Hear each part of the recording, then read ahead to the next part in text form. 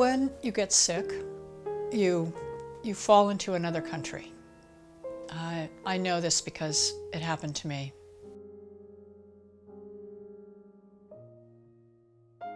In the winter of 2009, I noticed a blur at the edge of my right eye.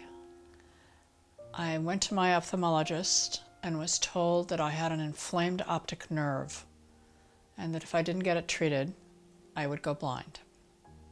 As I walked from my ophthalmologist's office to the emergency room, I passed other people, but I felt as if a glass wall had slid between me and them, and that I was very suddenly, without a passport, in another country. I ended up calling that country Oz. Illness sweeps aside all the coping mechanisms you had before, and suddenly the world is going on and you are not.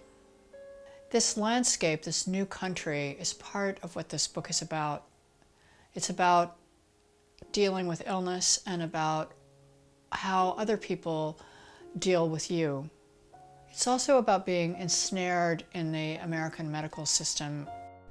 A recent Harvard Business Review article says that doctors are paid for services, but are often not paid or reimbursed for services valuable to the patient, like calling after hours. I've gotten a lot of emails and messages from people for whom the book has been very helpful. A nurse called and left a message on my answering machine thanking me for the book.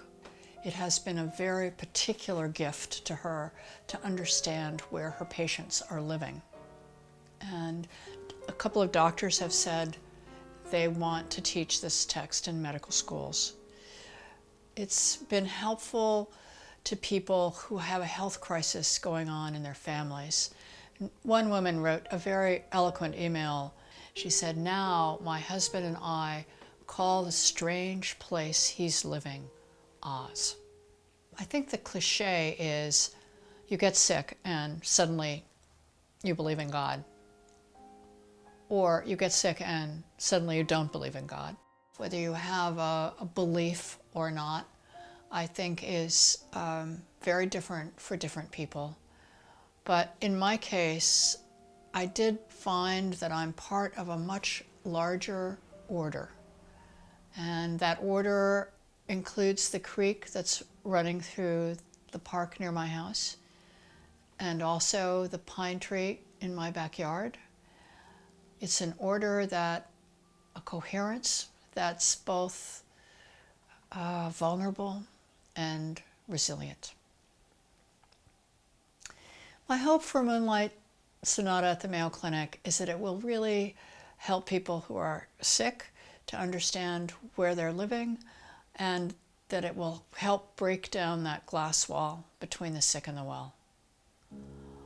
In the end, what I came to was that it's the nature of things to be vulnerable. The disorder is imagining that we're not.